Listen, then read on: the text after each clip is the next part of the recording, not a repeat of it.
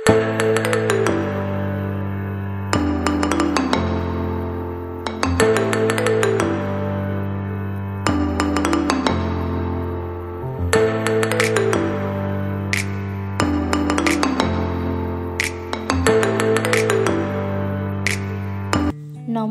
সকলকে। এই কদিন আমাদের এই ট্যুরের জার্নির জন্য আর সময়ের অভাবে ভিডিওগুলো এডিট করে ওঠা হয়নি, তাই আপনাদের সাথে শেয়ারও করে উঠতে পারিনি। কিন্তু এবার পরপর সব আমাদের ট্যুরের যাবতীয় যা কিছু তথ্য সব আপনাদের সাথে শেয়ার করব। কোন তারিখে কি করেছি না করেছি সমস্ত কিছু। আজ যে ভিডিওটা দেখছেন তার প্রথম পার্ট তো আগেই শেয়ার করে দিয়েছি, এটা হচ্ছে তার দ্বিতীয় পার্ট। মানে হচ্ছে 21 তারিখে আমরা ট্রেন থেকে যে সকালবেলা নেমে নাসিক পৌঁছেছি এবং আমরা একটি হোটেলে ব্যাগপত্র আমাদের লাগেজ যা ছিল সব কিছু রেখে একটু ফ্রেশ হয়ে এই এখন সকালবেলা বেরিয়েছি ত্রম্বকেশ্বর মন্দিরের সামনে। এখন আপনারা দেখতে পাচ্ছেন সামনে যে মন্দিরটি, সেটিই হচ্ছে ত্রম্বকেশ্বরের মন্দির। আর এখানে মন্দিরে ঢোকার ঠিক আগেই বাঁ দিক থেকে এখানটাতে আমরা ফুল নিচ্ছিলাম পুজো দেওয়ার জন্য। ফুলের যে ডালা হয় সেটা এখান থেকেই ওনারা আপনাদের ওই 50 টাকার কিংবা 100 টাকা, আপনারা যেমন যার যা বাজেট তেমন বাজেটে নিতে পারেন। আর আপনাদের যে জুতো সেটিও কিন্তু এনাদের কাছেই আপনাদের রাখতে হবে, দিয়ে আপনাদের মন্দিরে প্রবেশ করতে হবে। তো চলুন মন্দিরের ভেতরে ঢোকা যাক আর বাবাকে দর্শন করা যাক। মহারাষ্ট্রের নাসিক শহর থেকে প্রায় 28 কিলোমিটার দূরে হচ্ছে ত্রিম্বক শহরটি। সেখান থেকে প্রায় 9 কিলোমিটার ভেতরে গেলেই দেখা মিলবে এই ত্রম্বকেশ্বর মন্দিরটির, যা দ্বাদশ জ্যোতির্লিঙ্গের একটি অন্যতম মন্দির। এই মন্দিরটিতে শিবের সঙ্গে ব্রহ্মা ও বিষ্ণুকেও পূজা করা হয়। ছবিটিতে মানে আমরা যেখানটা দিয়ে ঢুকছি তার ঠিক ডান দিকেই যে ছবিটা এইমাত্র আপনারা দেখলেন, সেখানে কিন্তু চিহ্ন করে দেওয়া আছে যে মহাদেব, ব্রহ্মা এবং বিষ্ণু এই তিনজনার। এখন যে রাস্তাটি বা যেখানটা দিয়ে আমরা প্রবেশ করছি, যে প্রবেশ পথটা আপনি দেখছেন, এখান দিয়েই আপনাদের লাইন দিয়ে প্রবেশ করতে হবে। ভিতরটাতে ঢোকার সাথে সাথেই আপনাদের কিন্তু সিসিটিভিতে, অর্থাৎ এই যে টিভিগুলো চারিদিকে লাগানো রয়েছে, এখানেই আপনারা বাবাকে দর্শন করে নিতে পারবেন। মানে আপনাদের প্রথম দর্শন হবে কিন্তু এই টিভিটিতে। আর এই যে দেখতে পাচ্ছেন লাইনের যে রোগুলো করা, যখন প্রচুর ভিড় হয় তখন এই রোগুলোর মধ্যে দিয়েই লাইন ঘুরিয়ে ঘুরিয়ে কিন্তু আপনাকে লাইন দিয়ে ভেতরে প্রবেশ করতে হবে। এই যে সিসিটিভিতে আপনারা যে দেখছেন লেখা দেখাচ্ছে লাইভ দর্শন, তো ওটি হচ্ছে এখানকার জ্যোতির্লিঙ্গ। আর এই যে আমি এখানে ফুল নিয়ে ঢুকছিলাম সকালবেলা, ভিডিওটি আমার হাজব্যান্ডই করে দিয়েছে। যাই হোক, এই যে মন্দিরটিতে আমরা এসছি, এই মন্দিরটি কিন্তু 3টে পাহাড়ের মধ্যে রয়েছে। সেগুলো হচ্ছে, এক হচ্ছে ব্রহ্মগিরি, 2 হচ্ছে নীলগিরি আর 3টে হচ্ছে কালাগিরি। 712 ফুট মতন উচ্চতা, গ্রানাইট পাথরের বিশাল উচ্চতার একটি মন্দির এটি। চলুন আজ তাহলে আমাদের এই ভিডিওর মাধ্যমে মন্দিরটিকে দর্শন করতে করতে এই মন্দিরের কিছু গল্প ঠিক নয়, মানে এই মন্দিরের উৎপত্তি যা আমার যতটুকু জানা আছে তার কিছু আপনাদের সাথে শেয়ার করি।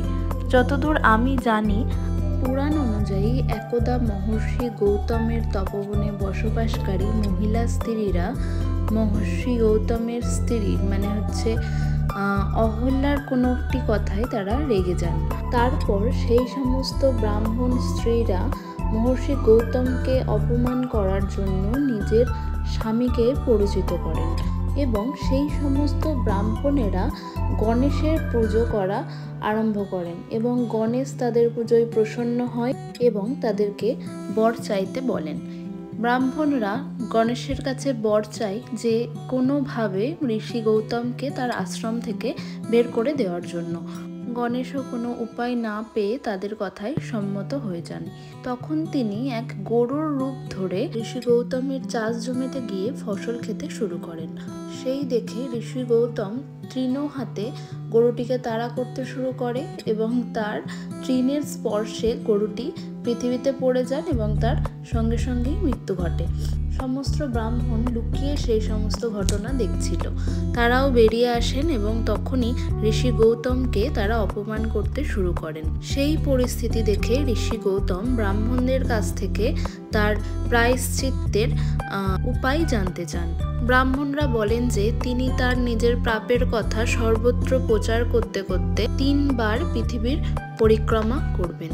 তারপর সেই আশ্রমে ফিরে এসে 1 মাস ব্রত পালন করবেন। তারপর ব্রহ্মগিরিতে 100 বার পরিক্রমা করার পর তার এই প্রায়শ্চিত্ত হবে বলে ব্রাহ্মণরা বিধান দেন।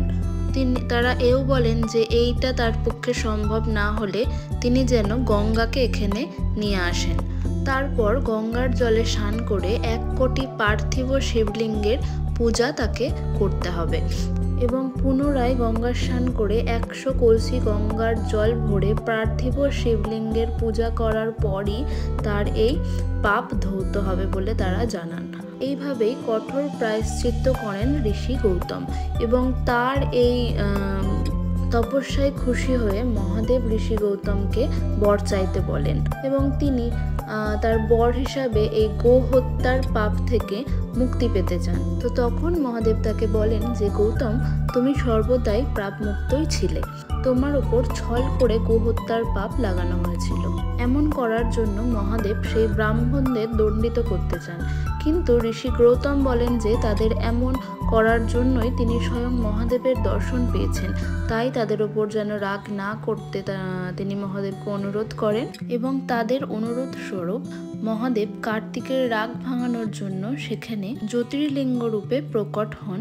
কথিত আছে ত্রয়ম্বক নামক এই জ্যোতির্লিঙ্গটি সকলের মনস্কামনা পূর্ণ করেন এবং মহাপ্রাতকদের নাশ করে তাদের মুক্তি দেয়। প্রচলিত বিশ্বাস অনুযায়ী সিংহ রাশিতে বৃহস্পতি গোচর হলে এই গৌতমীর তীরে সকল তীর্থ এবং দেবতাগণ গঙ্গার স্নানে আসেন এবং তখনই এখানে অনুষ্ঠিত হয় মহাকুম্ভের।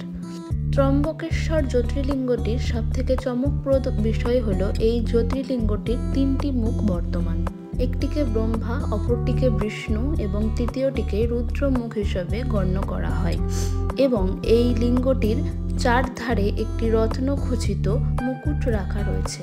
একে ত্রিদেবের মুখোশ হিসাবে পুজো করা হয়।